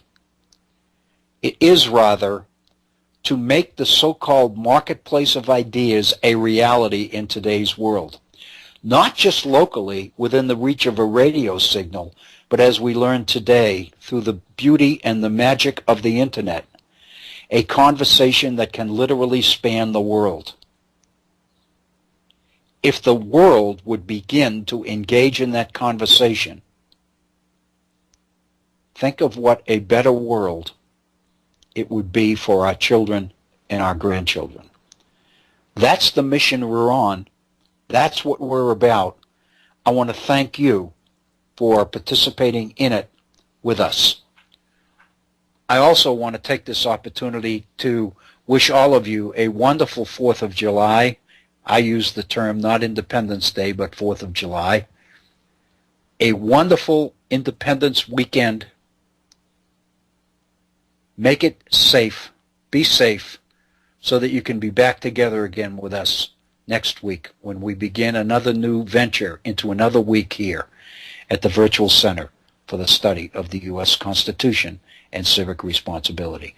I'm Bill O'Brien. Thank you very, very much for tuning in. I invite you to come back. Thank you.